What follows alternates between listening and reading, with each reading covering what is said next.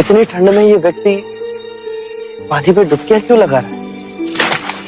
ये ब्राह्मण प्रातः स्नान करने को गए, तो जैसे स्नान करके बाहर निकले तो मेंढक पैर के नीचे आ, तो इन्होंने सोचा मैं अशुद्ध हो गया, महापाप हो गया। तो इन्होंने फिर उस पाप को धोने के लिए 108 बार डुबकी लगाने का संकल्प किया।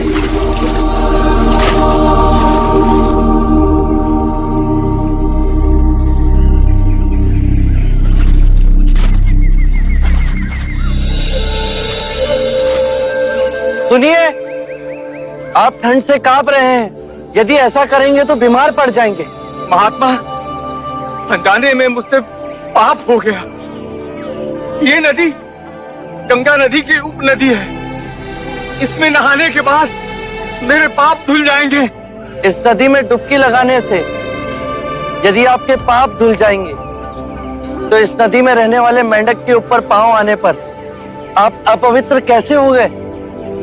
यदि आपको ऐसा लगता है कि नदी में डुबकी लगाने से आपके पापों का नाश होगा, तो इस नदी में रहने वाली मछलियां, कछुए, सर्प, मेंढक, इन सबको अब तक मुक्ति मिल गई होती।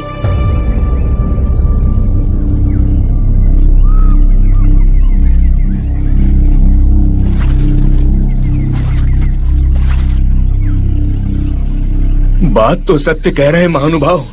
नदी में डुबकी लगाने से पापों का नाश नहीं होता। अपने पापों का नाश करने के लिए विवेक जगाना आवश्यक है। इतनी साधारण बात को समझाने वाला कोई असाधारण ही हो सकता है। महात्मन, कब से बनाए हुए रास्ते पर अंधे पशु की तरह चल रहे थे। आपने हमारी आंखें खोल दी। हर वो बात जो लिखी गई, जो हमें सिखाई जाती है, जो असंख्य वर्षों से दोहराई जा रही है, उसमें संदेह करना। अपो दीपो भव, अपना दीपक स्वयं बनो।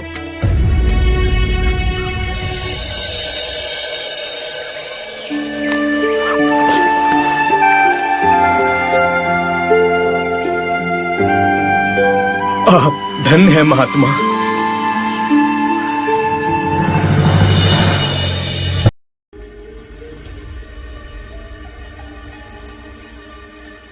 आप लोग भोले लोग हो, आप लोगों को ठगा जा रहा है।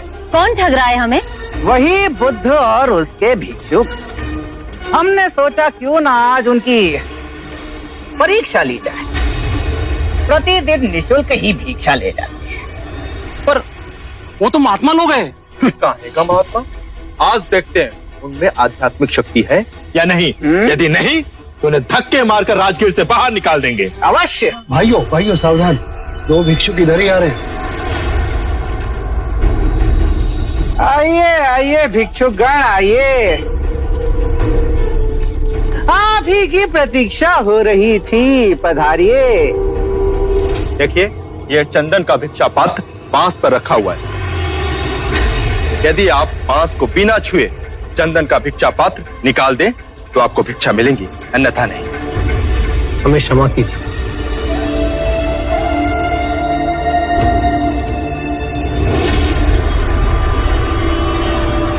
क्यों बंधु, समस्त गांव के समस्त बड़े महात्मा बने फिरते हो और एक छोटा सा कार्य नहीं कर सकते? कैसे करेंगे? ये धूर्त है, घमंडी है, पाखंडी है ये लोग। नहीं, ये पाखंडी नहीं, अपितु नपुंसक है, नपुंसक। तभी तो भिक्षुक बने फिर रहे हैं। पता है इसका गुरु, धूर्त गुरु बुद्ध भी अपनी पत्नी को आधी रात में छोड़कर भाग गया था। सत्य वचन। बस के आगे मेरे गुरु को एक भी अपशब्द कहा तो मेरे गुरु के चरणों की धूल भी नहीं हो तुम लोग। तुम्हें हमारी सिद्धि देखनी है। इस बांस के डंडे को बिना छुए इस चंदन के भिक्षा पात्र को मैं नीचे उतार लाऊंगा। साक्य मुनि सिद्धि के प्रदर्शन को अटकाने का साधन मानते हैं, परंतु इनके लांछन का प्रति उत्तर देना ही होगा।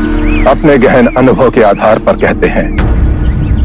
आप धर्म और सिद्धांत की नहीं, देखी हुई बातें कहते हैं। आपने कहा कि मुक्ति का मार्ग है अपने विवेक को जगाना और गूढ़ ध्यान में लिप्त हो जाना, जिससे मनुष्य स्वयं को और इस संसार को भली भांति समझ सकता है। परंतु एक प्रश्न है, ये जो सारी विधियां हैं, रीतियां हैं, पूजा पाठ हैं, क्या ये सब व्यर्थ है?